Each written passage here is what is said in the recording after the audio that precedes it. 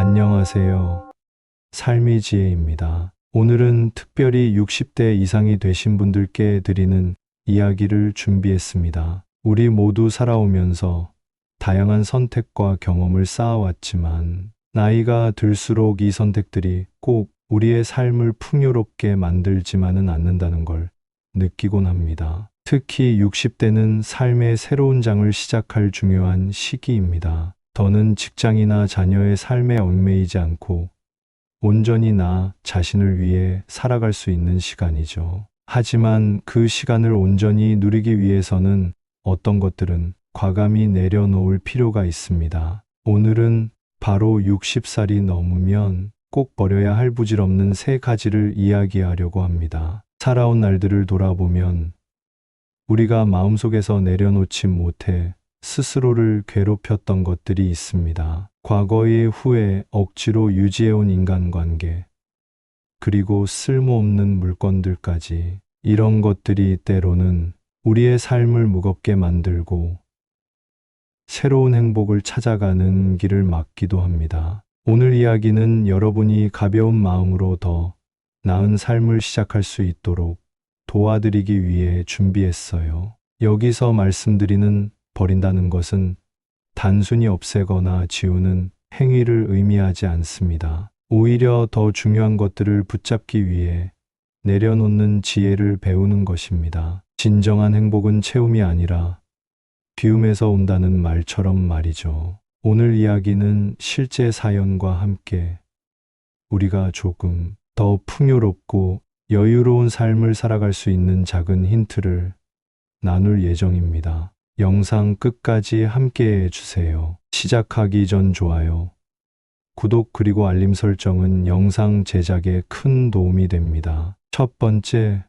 불필요한 집착과 후회. 과거에 얽매여 살아간다는 것은 우리가 지금 이 순간 누릴 수 있는 행복을 스스로 포기하는 것과 같습니다. 이는 마치 낡은 짐을 계속 짊어진 채 앞으로 나아가려는 것과도 같죠. 그 짐이 점점 무거워질수록 우리는 더 천천히, 더 힘겹게 삶의 길을 걷게 됩니다. 누구나 한 번쯤은 돌이킬 수 없는 실수를 했던 기억이 있을 겁니다. 혹은 그 실수로 인해 남에게 상처를 주거나 자신을 원망하며 오랫동안 후회의 감정에 사로잡혀 있었을지도 모릅니다. 그런데 생각해 보세요. 우리가 그 실수를 되돌릴 수 있는 방법은 없습니다. 시간은 언제나 앞으로만 흐르고 지나간 날은 그 어떤 방식으로도 되찾을 수 없죠. 그런데도 우리는 과거의 잘못이나 실수에 대해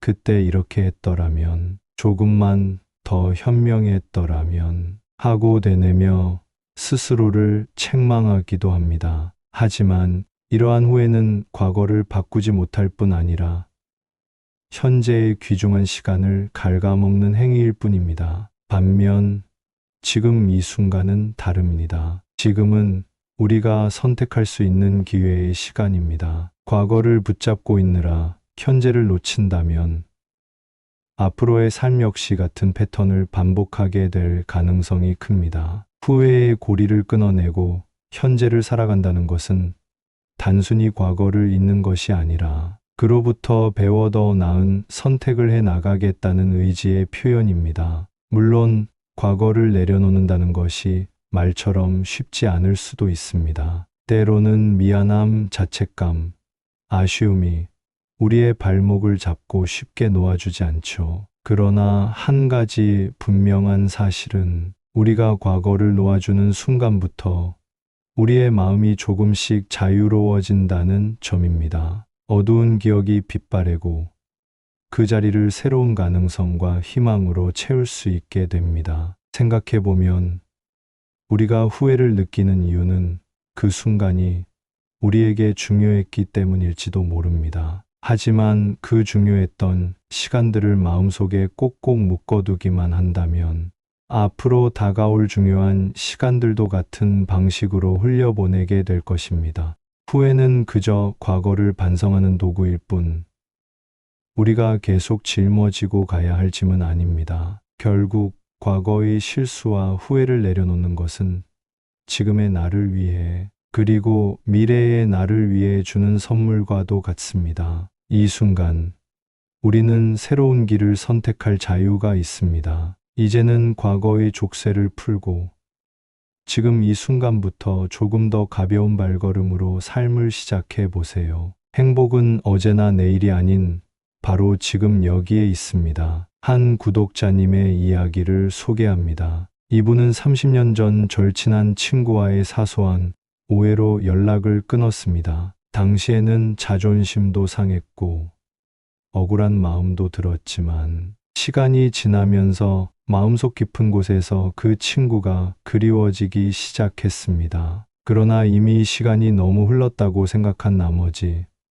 먼저 연락하기를 망설이며 세월을 보내셨습니다. 그렇게 30년이 흘렀고 어느덧 60대가 되신 구독자님은 문득 이런 생각이 드셨다고 합니다. 내가 이렇게 마음에 품고만 있다가 이 친구와의 관계를 영영 되돌릴 수 없게 된다면 그게 더 후회로 남지 않을까?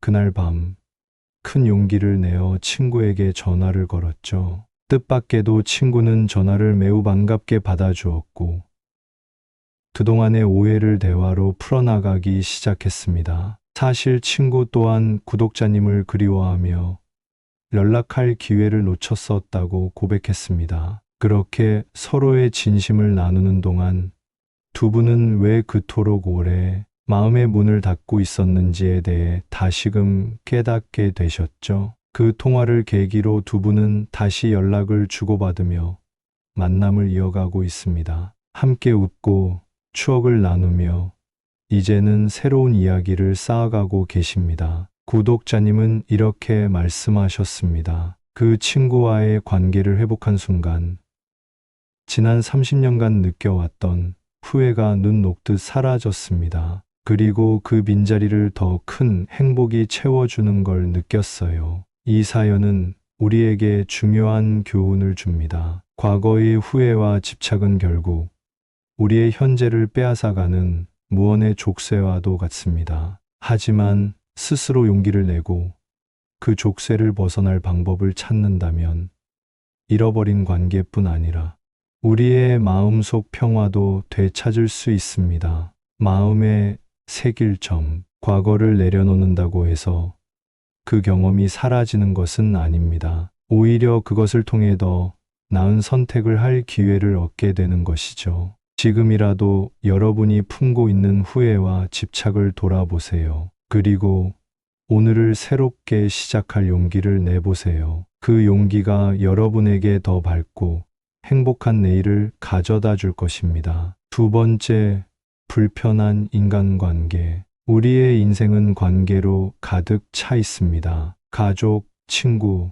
동료, 이웃 등 다양한 사람들이 우리의 삶에 관여하죠. 그러나 모든 관계가 항상 우리에게 긍정적인 영향을 주는 것은 아닙니다. 때로는 의미 없는 인간관계를 억지로 유지하려 하다가 오히려 자신의 감정과 에너지를 낭비하게 되는 경우도 많습니다. 불편한 인간관계가 주는 부담. 불편한 관계란 무엇일까요?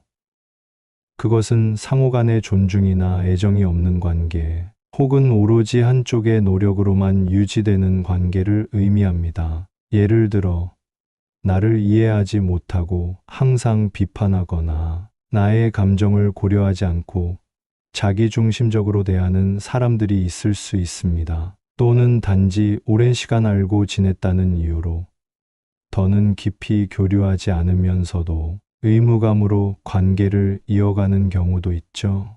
이러한 관계는 우리에게 정서적 스트레스를 주며 더 중요한 사람들과의 시간을 빼앗아 가기도 합니다. 특히 나이가 들수록 우리의 감정과 에너지는 더 귀중해집니다. 그 에너지를 소모적이고 불편한 관계에 소비하는 것은 스스로에게 무책임한 선택일 수 있습니다. 왜 우리는 억지로 관계를 유지하려 할까? 많은 사람이 불편한 관계를 끊어내지 못하는 이유 중 하나는 죄책감입니다. 이렇게 오랫동안 알고 지냈는데 내가 먼저 연락을 끊으면 너무 매정한 걸까? 라는 생각이 들기도 하죠. 혹은 상대방의 반응이 두려워 관계를 정리하지 못하는 경우도 있습니다. 그러나 이러한 마음은 사실 스스로를 불행하게 만드는 원인이 되기도 합니다. 불편한 인간관계를 계속 유지하면서 우리는 자주 불쾌함을 느끼고 때로는 자존감까지도 흔들리게 됩니다. 그리고 이런 상황이 반복되면 정작 진심으로 나를 아껴주는 사람들에게 집중할 여력이 줄어들게 됩니다. 진정한 관계란 무엇인가? 진정한 인간관계는 억지로 유지하지 않아도 자연스럽게 이어지는 관계입니다. 서로의 존재만으로도 힘이 되고 어려운 순간에도 진심으로 나를 위로해주는 사람들이 진정한 내 사람이죠. 그런 관계는 우리의 삶을 풍요롭게 만들며 오랜 시간의 노력 없이도 서로를 이해할 수 있는 편안함을 줍니다. 지금 관계를 돌아보세요. 나이가 들수록 우리는 더 많은 사람들을 만났고 그만큼 더 많은 관계를 쌓아왔을 겁니다. 그러나 이제는 이러한 관계를 돌아볼 시점입니다. 이 사람과의 관계가 정말 내게 의미 있는가? 이 관계가 나의 행복에 어떤 영향을 주고 있는가?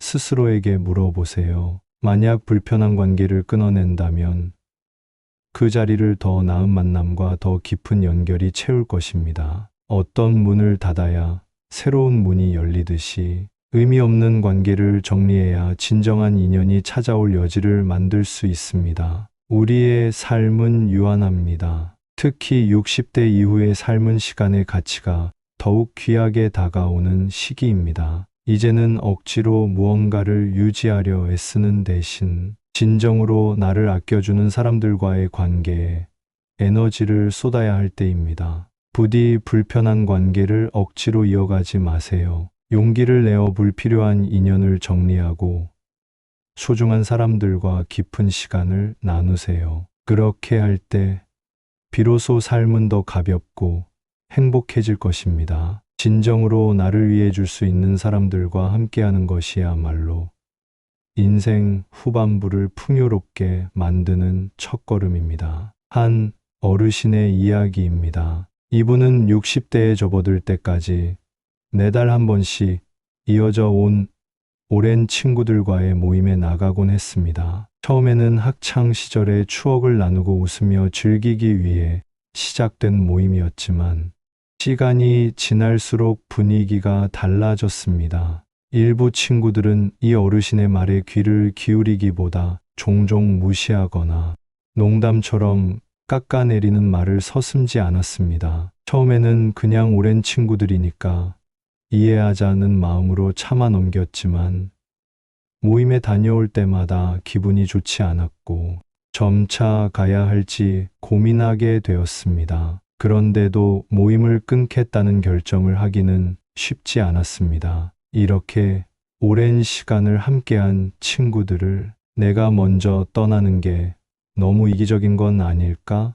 라는 생각이 마음에 걸렸기 때문이죠. 그러던 어느 날 모임 후 집으로 돌아오는 길에 이런 질문이 스스로에게 떠올랐다고 합니다. 내가 이 모임에서 느끼는 감정이 정말 나에게 필요한 행복일까? 이 질문은 오랜 고민 끝에 용기를 내는 계기가 되었습니다. 어르신은 결국 모임에 참석하지 않겠다고 정중히 전했습니다. 대신 자신이 좋아하던 독서 모임과 산책 모임에 참여하기 시작했는데 그곳에서 만난 사람들은 오히려 어르신의 이야기에 귀 기울이고 함께 교감하려는 태도를 보였습니다. 모임이 끝날 때마다 느껴지던 불편함 대신 산뜻한 기분과 따뜻함이 마음을 채웠습니다. 어르신은 이렇게 말씀하셨습니다. 그 친구들과의 관계를 정리하기 전에는 내 삶이 늘 무겁고 답답하게 느껴졌어요.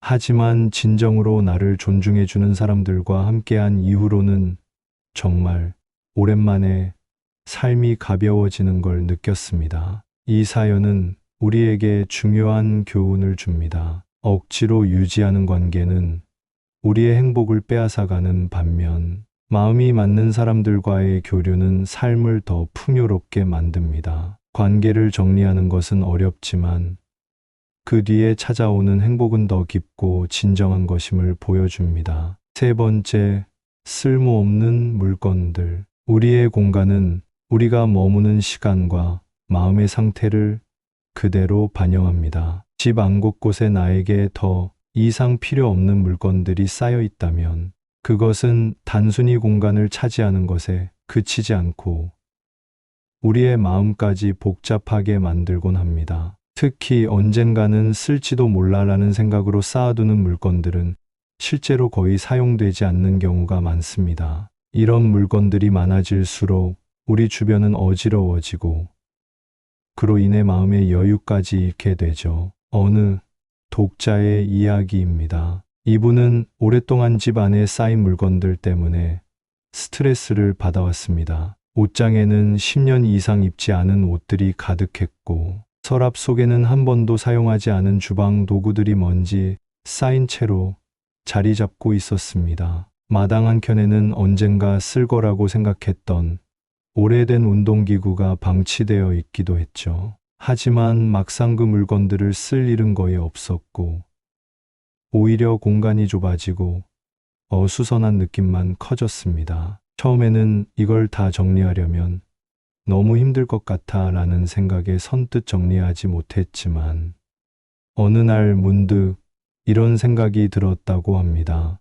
이 물건들이 나에게 어떤 의미가 있을까? 내가 정말 필요한 것들일까? 스스로에게 던진 이 질문은 행동으로 이어졌습니다. 우선 입지 않는 옷부터 정리하기 시작했습니다. 옷장 깊숙이 넣어두었던 옷들을 하나씩 꺼내며 이걸 앞으로 입을까? 아니면 그냥 추억에 묶여 있는 걸까?